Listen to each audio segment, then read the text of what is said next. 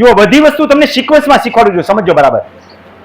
એક એક વસ્તુ એવી રીતે તૈયાર કરી છે કે એક પછી એક બીજું આવે, બીજું પછી ત્રીજું આવે, એનું અનુસંધાન મળતું આવે. હવે જાય છે આપણે ટાઇટલ પત્રક ચોખ્ખું કરવા માટે. ટાઇટલ પત્રક કોને કહેવાય?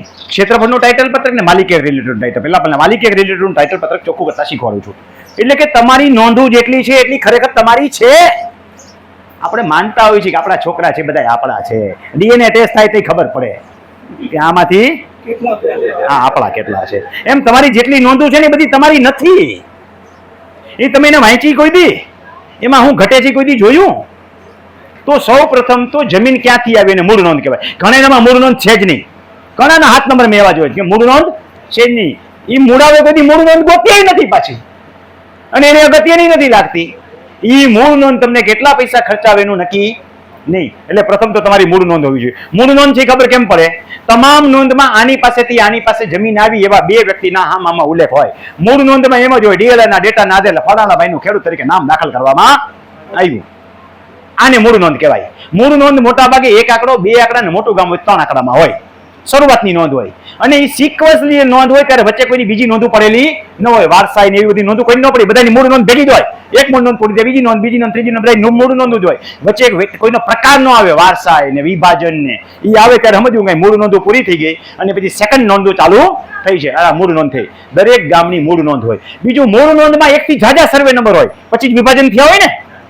આપણા દાદા પાસે 1, 2, 3, 4, 5, 8, 10 સર્વે નંબર પાનું ભરાઈ જાય એટલા સર્વે નંબર હોય. એ તમારી મૂળ નોંધ થઈ.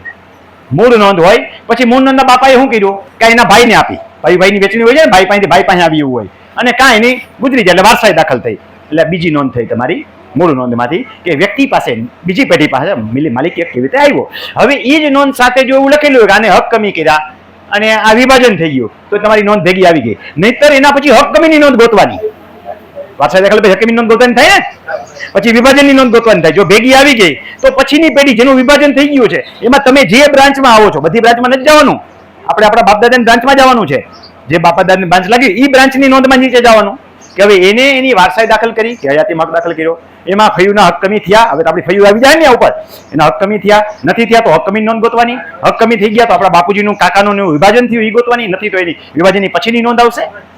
પછી આપણા કાકા બાપાના વિભાજન થયા પછી આપણા બાપુજીએ જો આપણને દીધી હોય તો કપાતર હોય ન દીધી હોય, રાખી હોય તો બાપુજીએ વારસાઈ આંબો હયાતીમાં હોય તો હયાતીમાં દાખલ કર્યો અથવા તો વારસાઈ દાખલ થઈ. પછી તો હક કમીની નોંધ હશે જ, કારણ કે હવે તો હક કમીની નોંધ જુદી થાય. તો હક કમી થયા અને પછી આપણા ખાતે વિભાજન થઈને જમીન આવી. આમ નોંધ હોય. હવે માનો કે આટલી નોંધમાં મારી નોંધ અત્યારે કાઉન્સમાં બતાવે કે મારી નોંધ આ છે, એ તો મને જ્યાંથી મળી બતાવે ને. તમારા હાથ નંબરમાં જે નામ બતાવીને બાજુમાં કાઉન્સમાં નોંધ હોય ને, એ નોંધ તમને જમીન ક્યાંથી આવી બતાવી. એટલે એ નોંધ વાંચો. એ નોંધ વાંચો એટલે તમારા ભાઈઓના નામ સાથે તમારું નામ હોય ને, વિભાજન થયું એટલે. હવે એની ઉપલી નોંધ વાંચાવ. એની ઉપલી બાપુજીના નામની નોંધ આવી, મતલબ વચ્ચે એક નોંધ ઘટી.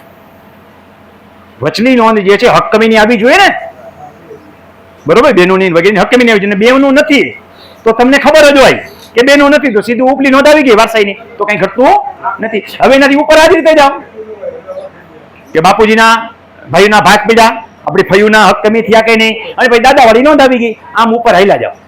આના માટે તમને તમારી 3, 4, 5 પેઢીના નામ આવડવા જોઈએ. એટલે તમને તમારા દાદાઓએ ખબર છે કહેતા કે હાલ 7 પેઢીના નામ બોલ, કહેતા કે નહીં? એ એટલે કહેતા કે એક દી રમણીકભાઈના તાલીમ કેમ્પમાં જાય, ટાઇટલ ચોખ્ખું કરવું પડશે, તેથી 7 પેઢીના નામ આવડતા હોવા જરૂરી છે. તો ટાઇટલ ચોખ્ખું થઈ જાય તો નોંધ ગોતી જાય. બીજાની નોંધમાંથી આપણને નોંધ મળી જાય તરત જ કે આ મારી ફઈ થાય, આ નોંધ ઘટી આ રહી. હવે ફયુના નામ, બાપની ફઈના નામ આવડતા નો જ ભેગું થાય નહીં. ટાઇટલ આ રીતે ગોતી ગાય. તમારી લખેલી નોંધો સાચી છે જ નહીં. હવે આમાંની કોઈ નોંધ તમે જોઈ કે એમાં તમારી ટાઇટલ વાળી લાગુ પડતી નથી, બારોસીની આવી ગઈ, એમાં કાઢી નાખો. એ તમારા માટે નકામી છે કચરો. ઘરમાં હામણી મારો કચરો કાઢો કે નહીં? મારો કામનો કાગળ હોય ને તમારે ત્યાં પડી ગયો, તમારા માટે નકામો છે. તમારો કામનો કાગળ હોય તમે વીણીને બાજુ મૂકી દો તો કચરો કાઢતા શીખો. ઘણાનામાં 7 નંબરમાં નકામી નોંધો હશે તો નકામી નોંધ પેલા બરાબર વાંચો કે તમારી પેઢીને લાગુ પડે છે કે નહીં. તમારી 60 પેઢીને લાગુ પડતી હોય તો કાઢો, એ આપણે નથી જોતી. તમારા કાકાના વિભાજન વાળી નોંધ હોય એના છોકરાઓની, આપણે આમ ગરી ગયું એવું બને તો એ નોંધ કાઢો, એ આપણે જોતી નથી. ઓલે મેન્યુઅલ હતી ને તો અહીંયા શું હોય, મેન્યુઅલ લખતા ને આમ નોંધ આમાં ટપાઈ દીધી, બધાને આવી ગઈ. સમજ્યા? નોંધ કાઢો, નકામી નોંધ કાઢો. કામની અને જરૂરી નોંધ શોધો. નોંધ શોધવા માટેના ક્લ્યુ 3 થી 4 ક્લ્યુ. વકીલને કામ દેશો તો 50,000 થી લાખ રૂપિયા લેશે. લાખમાં નહીં કરી દે એવું બને. જેટલી ઊંધા માથે કસરત કરાવતી હશે એટલો ખર્ચો રહે. તો એ જાતે કરો. પેલા સરળ રીતે જોતા શીખવાડું. પેલા તો તમારી કોઈ નોંધ ઘટી, તમને ખબર પડી કે મારા બાપુજીની નોંધ છે, ફયુની હક કમીની નોંધ નથી, સીધા બાપુજીના ભાઈનું વિભાજન થઈ ગયું, તો એક નોંધ ઘટી ને. ટપ્પો પડે છે ને, હું કહું છું એ. દાદાની વારસાઈ ચડી, તમારા બાપુજીના કાકાના ફયુના નામ ચડ્યા, પછી તમારા બાપુજીની પાસેથી સીધી તમને જમીન આવી બાપુજીની વિભાજનની કાકાની, તો વચ્ચે ફયુના હક કમી હોવા જોઈએ ને. એ નોંધમાં ક્યાં લખ્યા નથી, તો એક નોંધ ઘટી. તો આ નોંધનો નંબર શું છે? તો કે 840. વિભાજનની નોંધનો નંબર શું છે? તો 1050. આ બધી વચ્ચેની નોંધો તપાસવાની રહી ને. આમાં જ ક્યાંક હક કમીની નોંધ હોય તો એ બધી નોંધો તપાસી લ્યો એટલે એક નોંધ મળી જાય. એનો બીજો રસ્તો એ બતાવું. જૂના સ્કેન કરેલા હાથમાં વ્યા જાવ. જૂના કોમ્પ્યુટર VF6 છે ને, હસ્તલેખિત VF6, એની રોલ એમાં વ્યા જાવ. પછી એમાં બધા થોક ખોલો. એમાં થોકમાં ચકેડા કર્યા હોય ને, એ આ બે વચ્ચેના ચકેડા ગોતી લ્યો. એની અંદર બધા ચકેડા લખી લ્યો, નોંધ ગોતી લ્યો. એમાં તમારે ફઈની નોંધ મળી જાય.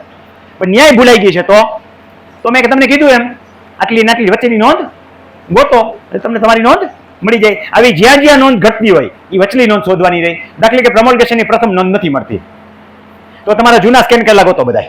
એમાં એક આંકડાવાળી 2 આંકડાવાળી નોંધો જેટલી હોય એટલી લખી લ્યો. 7-8 નોંધો હશે બધામાં થઈને. એકમાં તો 1 કે 2 હોય, પણ જૂના સ્કેન કરેલા બધાય ફફોરો. બરોબર? એ તો તમારા મૂળ બાપ દાદાની છે કાકાવાળી, એમાં બધાય ફફોરી લ્યો. એમાંથી એકાદો આંકડાવાળી તમને નોંધ મળી જાય તો મૂળ નોંધ મળી ગઈ. નથી મળતી કાંઈ વાંધો નહીં. એક થી શરૂ કરીને હળંગ નોંધ ગોતો. બરોબર? 100, 150, 200 મારા વિડીયો જેમ મારો નંબર ગોતો છે ને, એ એટલે શીખવાડ્યો છે કે જેમ મારો નંબર ગોતો છે એમ તમારે તમારો નંબર ઘટતો ગોતવાનો. કોઈ વસ્તુ મફત મળે એની કિંમત હોતી નથી.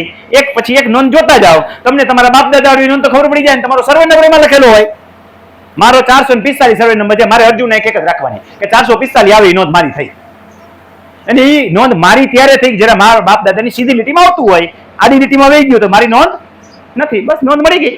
નોંધ મળી ગઈ એટલે એની પ્રિન્ટ કઢાવી લ્યો, અરજી કરો. હવે નોંધ મળી ગઈ, નકામી નોંધે મળી ગઈ કાઢવાની, ઉમેરવાની નોંધ મળી ગઈ, તો હવે અરજી કરતા શીખી લ્યો.